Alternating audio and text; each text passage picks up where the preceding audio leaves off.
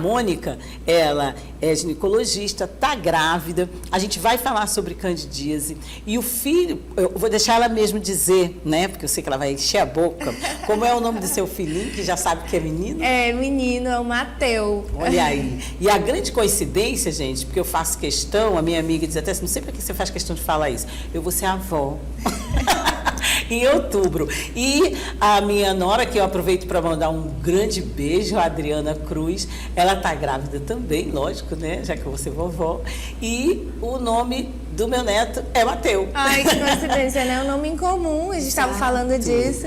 E vou nascer bem pertinho, né? Isso, setembro, outubro. E o mais lindo ainda, vocês são duas abençoadas, né? Como várias que estão grávidas. E Mateu quer dizer presente de Deus. Presente de Deus. Lindo. Então agora vamos entrar na pauta, senão a Jéssica já me chama a atenção bem aqui.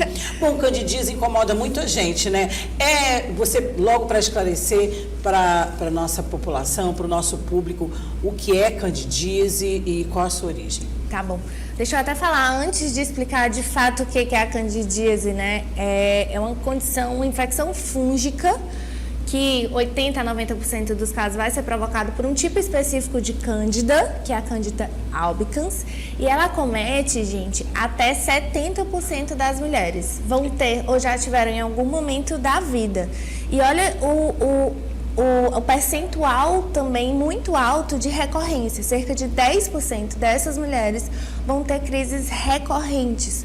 O que a gente estava falando mais cedo, você falou que acaba acometendo homens também, porque impacta muito a vida social dessas pacientes, o trabalho, algumas profissões muito específicas, como, por exemplo, policiais, que já vivem em ambientes muito masculinos, com roupas apertadas, elas têm também um prejuízo na frequência ali do seu emprego, então acabam faltando por conta dessa condição. O que é péssimo, a gente tem que valorizar e tratar corretamente, né? Pronto. E quais são as causas dessa infecção? Às vezes a gente fica dizendo assim, a gente ouve desde o tempo das nossas avós, não usa calça muito justa, roupa muito justa, não coloca, mais atualmente, não usa o protetor de calcinha com do jeito que a gente quer usar, que quer usar sempre. Às vezes a mulher tem uma vida muito corrida, tem que ir ao banheiro sempre, nem sempre ela entra num banheiro, de repente, que tem um papel higiênico. Estou falando bem claro, gente, para a gente poder entender. E é assim. Então, isso tudo tem a ver também? Prejudica? Na verdade, a gente vive bem em harmonia com cândida, isso é um fato. Se uma mulher fizer um preventivo, pode aparecer lá Candida albicans e tá tudo bem. E não obrigatoriamente ela vai ter um problema com isso. Vira um problema quando, por algum motivo, aquele ambiente vaginal torna muito mais proliferado, cheio de cândida, do que de outros organismos que vivem ali em harmonia, como bactérias, lactobacilos. E aí, quando isso acontece, que pode ser causado por alteração genética, predisposição gênica e muito, muito, muito frequentemente por hábito de higiene. E aí eu falo de higiene íntima. Às vezes, Edna, a super higiene provoca isso. Pois a gente acha que está fazendo uma grande vantagem, não é, né? E o sabonete íntimo? Porque eu também sempre ouvi muito, não usa muito sabonete íntimo, cuidado com sabonete íntimo, cuidado também com o uso de outros produtos que tenham sabor, que tenham muita química. Você pode falar um pouquinho disso pra gente também? Faz todo sentido. Então, primeiro a gente falou das roupas apertadas. Isso. Roupa apertada torna aquele ambiente vaginal, a vulva, mais abafada, tendendo a uma hiperproliferação. Os sabonetes íntimos, muitos deles contêm antibactericidas. Eles matam as bactérias, o que faz com que prolifere mais fungo, também tendendo a ter uma infecção fúngica mais intensa. Por exemplo, os desodorantes íntimos que têm sido usados, alguns produtos que têm muito cheiro ou qualquer produto que seja interiorizado lá dentro do canal vaginal. Tudo isso vai mudar a flora vaginal, provocando infecções recorrentes. E aí pode ser infecção por cândida, como pode ser infecção por outros micro-organismos, até mesmo bacterianos, que também vão provocar sintomas desconfortáveis e que precisam de um profissional para identificar qual é de fato aquela infecção, né? Pronto, então todo cuidado é pouco, inclusive com acessórios que se usam, né? Os casais gostam de, a gente fala que são brinquedos ou fantasias, então são usados acessórios, tudo, e às vezes introduz na vagina algo de borracha, com química, com algum produto. Isso também, não digo nem só da candidíase, estou aproveitando para conversar com você de tudo que pode causar e de quais os cuidados, né? Pode usar, mas como usar? A introdução de acessórios, ela pode provocar ISTs, infecções sexualmente transmissíveis, tanto quanto o órgão sem preservativo, certo? Sim. Por isso a higiene é tão importante. Eu sou super a favor, acho que o acessório ele é muito bem-vindo no relacionamento, desde que seja já usado com bastante cuidado e higiene. E lembrando que a cândida ela não é uma IST, tá? Então a gente não obrigatoriamente precisa tratar o parceiro, a não ser que o parceiro apareça sintomático. Mas ela é geralmente provocada por uma desbiose mesmo no nosso sistema imunológico, por uma alteração na nossa imunidade que vai fazer com que surjam essas infecções. Então não é sexualmente transmissível a cândida, certo. Porém a manipulação da vulva, da vagina, pode provocar infecção. Consegue entender a diferença? Entendi. E aí essa manipulação, quando vem provocada por uso de alguns tipos de lubrificante com muito cheiro, às vezes alimentos, né? Algumas pessoas colocam alguns tipos de alimento ali naquela região, tudo isso pode provocar. E aí, mais uma vez, eu friso a importância de fazer o diagnóstico correto daquela vulvovaginite, daquela infecção, que nem sempre é cândida. E o homem? Qual é o parceiro ou a parceira, enfim, que está com candidíase? Quem está com candidíase? Qual é o cuidado que o outro deve ter? Pode ter relação, contanto que esteja com preservativo, ou é melhor nesse período evitar? Ela não vai aguentar, né? A infecção por cândida, ela é extremamente irritativa, deixa aquela vulva inchada, dolorida, muito vermelha. Então, é muito provável que a paciente não queira mesmo. E é algo que a gente fala muito, o impacto dessas infecções recorrentes na saúde sexual do casal, né? Porque eles acabam evitando pelo desconforto, pela dor, pela vergonha. Sim. Porque às vezes sai um corrimentozinho ali desconfortável. Isso que eu ia te perguntar. Toda candidíase, ela sai corrimento? Ela é visível? Dá pra gente ver? Não obrigatoriamente. O sintoma mais característico é a coceira, que a gente chama de prurido, Sim, né? Também ia te perguntar da coceira que incomoda todo mundo. Essa né? aí, ela é típica. E aí pode vir ou não associada ao corrimento, mas quase sempre tem sim um corrimento branco mais grumoso, que a gente chama, que é coalhado, como se fosse um leite coalhado. Grosso, né? É muito característico, né? E aí ele coça muito. Se tiver muito irritada, a região da genitália externa vai ficar edemaciada, vai ficar vermelha, vai ficar inchada. Às vezes provoca fissuras, que a gente chama, que é como se fossem pequenos machucados ali na mucosa da vagina, que é muito sensível, né? E é muito comum isso acontecer. Pronto. Tratamento, vamos lá. Diagnosticou, tomou esses cuidados que você disse, não é sexualmente transmissível, mas pode ter vários problemas. E aí, como tratar? Antes de tratar, é candidíase? A pergunta correta é, será que de fato eu estou diante de uma infecção fúngica? Porque muitas pessoas, por ser um tratamento relativamente simples, acabam indo à farmácia, compra a medicação, acha que está tratando e não é. Então, assim, o diagnóstico correto, bem feito, né, que pode ser feito pelo exame físico, sim, mas a pesquisa do pH é muito importante, ver se avaliar o pH daquele corrimento, se é realmente cândida. Às vezes a gente precisa fazer uma coleta do material, mandar para o laboratório para ver se é de fato, e a microscopia, que é com o microscópio. Eu estou querendo falar tudo isso para deixar bem claro que não é tão simples quanto parece. Mas se for de fato cândida, a gente tem as opções dos imidazólicos, né? Que são os famosos fluconazol, famoso clotrimazol, que para uso vaginal. Então, a gente tem essas duas opções, do uso oral e o uso vaginal. A literatura descreve como... São as pomadas, né? Tem que pomada a gente chama também, né? A literatura descreve como tratamento oral e o vaginal, a pomada, como semelhante ao benefício. Geralmente a pomada tem uma ação bem rápida, então a gente associa esses dois tratamentos e aí os comprimidos geralmente são em dose única. Se a gente estiver diante de um caso agudo, tá? Quando o caso é crônico, recorrente ou quando ele é complicado, a gente tem outras formas de tratamento. Mas diante desses casos mais comuns, que são agudos, a gente tem o comprimido e a pomada vaginal. E a doutora Mônica está falando algo que me chamou a atenção na questão da automedicação, gente, porque como a candidíase você pode ter outras vezes, né, ela pode ser recorrente, como a doutora disse, acaba que a gente, da outra vez a doutora Mônica me passou essa pomada e esse remedinho, então eu vou lá na farmácia pedir, não tem que ter uma receita, então eu vou lá, ou eu conheço farmacêutico, enfim. Não é bom a automedicação, porque mesmo que você tenha recorrente, é bom que você vá ao seu médico, sua médica, e consulte, porque pode até ter tido alguma complicação. E aí agora eu também pensei em outra coisa, doutora.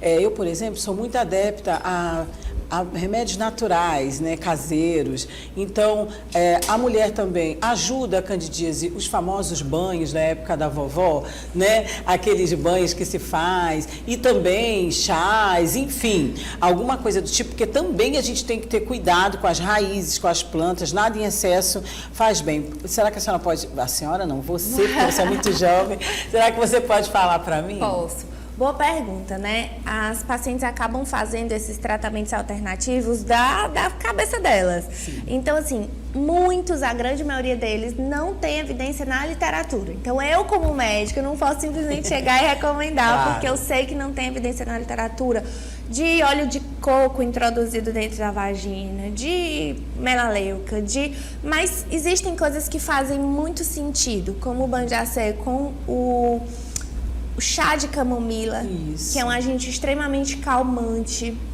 A melaleuca, que é um óleo essencial também para uso externo no formato de banho de asseio. Algumas ervas, mas assim, muito... Só alivia, né, doutora? Só alivia. A coceira, enfim, Exatamente. é mais um alívio, não cura, né? E outra coisa, a candidíase, que a gente não tocou, depois que a senhora que você concluir, se tem cura ou se é um tratamento contínuo. Pronto. Então, só concluindo a história Isso. dos banhos, né?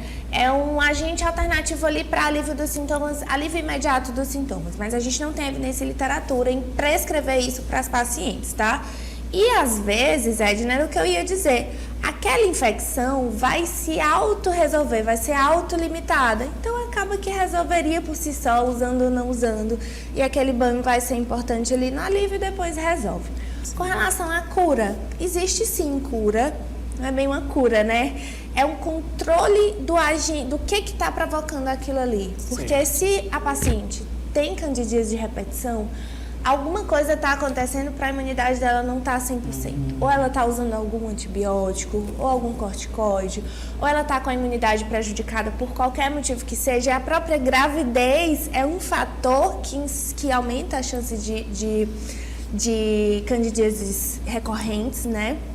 É interessante falar que qualquer coisa que a gente promova, que aumenta a quantidade de estrogênio, que é o hormônio feminino que a gente tem, Sim.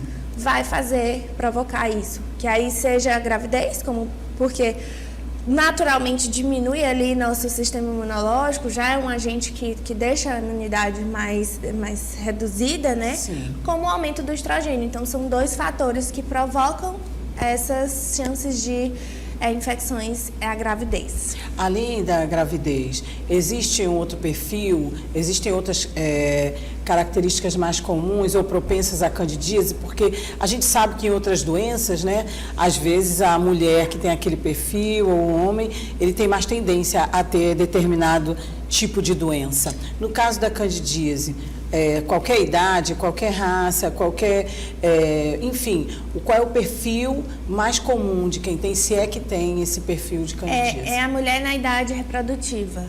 Fato, é muito incomum que aconteça antes da primeira menstruação e na pós-menopausa. Quando acontece na pós-menopausa, a gente precisa investigar outras causas. Mas é a mulher em idade reprodutiva, não importa ali se tem 40, 30, 25, ela é mais propensa. Geralmente são mulheres mais jovens mesmo, tá, Edna? Ali na casa dos 25 aos 35 anos de idade. E lembrando que outro fator que prejudica muito a imunidade é a infecção pelo HIV, né? Então é muito comum a gente ver casos complicados de cândida em paciente HIV positivo. Pronto, então diagnosticou, tratou com todo esse cuidado que a gente está falando. E também um último ponto que você tocou, que eu acho muito interessante a gente reforçar, é que acaba prejudicando a mulher na sua vida social de uma forma geral, né? Então vocês homens e vocês que do ambiente de trabalho, tenham mais paciência, porque às vezes a mulher está com um problema desse e como é muito constrangedor, né, já que causa coceira, causa incômodo, ela não pode ter uma relação saudável, ela fica também um pouco na sua, ela fica incomodada, às vezes até tem que faltar ao trabalho e nesse caso tem os seus meios para que ela não seja prejudicada, né? Mas gostaria de aproveitar a sua presença para falar das outras doenças que podem ocasionar, o que são também, estão nesse mesmo rol, vamos dizer, da candidíase, que pode incomodar a gente, que pode tratar e que pode deixar com que a gente fique nessa situação incômoda e que a sociedade tem que ter paciência com a gente. Então, eu vou falar de duas condições, três, na verdade, extremamente comuns e eu tenho certeza que quem está assistindo vai se identificar com alguma delas. As vulvovaginites, elas contêm a cândida, que é o que a gente já falou, a infecção por candidíase, e tem uma segunda infecção que é tão frequente quanto, que é a vaginose bacteriana. Essa já é o completo oposto da cândida, ela é provocada por bactéria e o corrimento é um corrimento mais acinzentado, bolhoso, fluido, mas que tem um mau cheiro que é extremamente desconfortável. E esse odor, a gente fala, um odor característico de peixe podre, é um nome até estranho de se falar, mas bem na literatura descreve dessa forma. E ele geralmente piora ou no período menstrual ou durante as relações sexuais, que é quando aquele odor acende, né? Sim. E é muito desconfortável. As pacientes ficam extremamente constrangidas e é muito frequente. Lembrando também que tem um aumento de risco de parto prematuro nas gestantes, então é uma infecção que a gente tem que estar bem atento. E o terceiro, rapidinho para finalizar, é a herpes genital, que é um diagnóstico muito confundidor, digamos assim. Eu recebo muita paciente que está tratando como candidíase, que na verdade é uma infecção pelo herpes, né, que já é um vírus, que já é uma infecção sexualmente transmissível, que geralmente provoca bolinhas ali na região genital. Essas bolinhas somem e formam úlceras extremamente dolorosas e que coçam bastante. Então, a gente tem que ficar bem atento, reforçar a importância do exame ginecológico para um diagnóstico e tratamento correto. Ou seja, gente, o uso de preservativo, a prevenção, você estar sempre se cuidando, indo ao médico, enfim, é isso que evita todas essas doenças que a doutora Mônica disse. Então, usem preservativo, não é só para evitar engravidar, não. Usem preservativo para a sua saúde, do seu parceiro ou parceira. E tem que ir constantemente mesmo ao médico, tem que fazer a sua prevenção. Hoje em dia tem o postinho de saúde, que você pode ser atendido, porque a gente sempre fala da questão financeira, né? Médico particular, é caro. Não, mas é caro sim, para alguns determinados grupos e públicos. Mas você tem hoje os postos de saúde também, bem pertinho nos bairros, sempre tem um postinho, vá até lá, faça sua prevenção, procure, se cuide. Estando bem de saúde, o restante a gente fica bem, não é mesmo? Bom, doutora Mônica Barbosa Santos, essa jovem médica que me trouxe mais aqui uma notícia maravilhosa de mais um presente de Deus, que é o Mateu, com o nome do meu neto. Fiquei super satisfeita de entrevistar também e aprendi mais. Muito obrigada. Eu que agradeço. Obrigada a todos pelo convite. Eu vou deixar só um recado próximo para os pacientes. É super importante para fazer o preventivo, o exame de histologia, Papa Nicolau, mas é também muito importante a avaliação do seu ginecologista, tá? A gente não consegue identificar esse tipo de infecção só pelo preventivo. O exame físico é super importante e, de preferência, que seja no momento da infecção, né? Para a gente identificar corretamente. E um estilo de vida saudável, com cuidados e hábitos de higiene correto, vão evitar essas crises recorrentes. E uma dica muito boa, dormir sem calcinha, viu, Edna? Não vou poder falar aqui algumas coisas, mas eu também acho.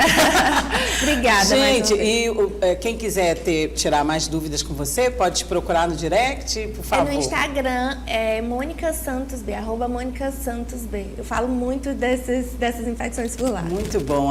Já vocês viram durante o decorrer da entrevista o endereço, agora a gente só está reforçando aí.